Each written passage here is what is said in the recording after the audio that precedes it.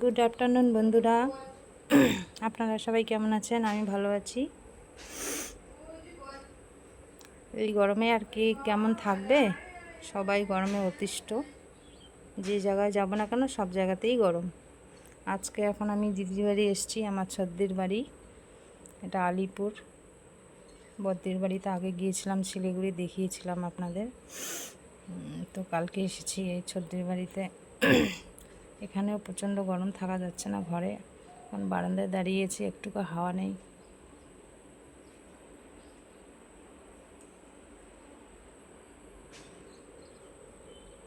দিদির বাড়ির পিছনটা দেখুন বন্ধুরা, কত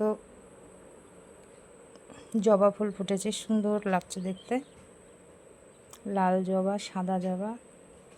আর এটা হচ্ছে স্থল পদ্মের গাছ, এখনও ফুল আসেনি, প্রচুর ফুল আসে এটাতে।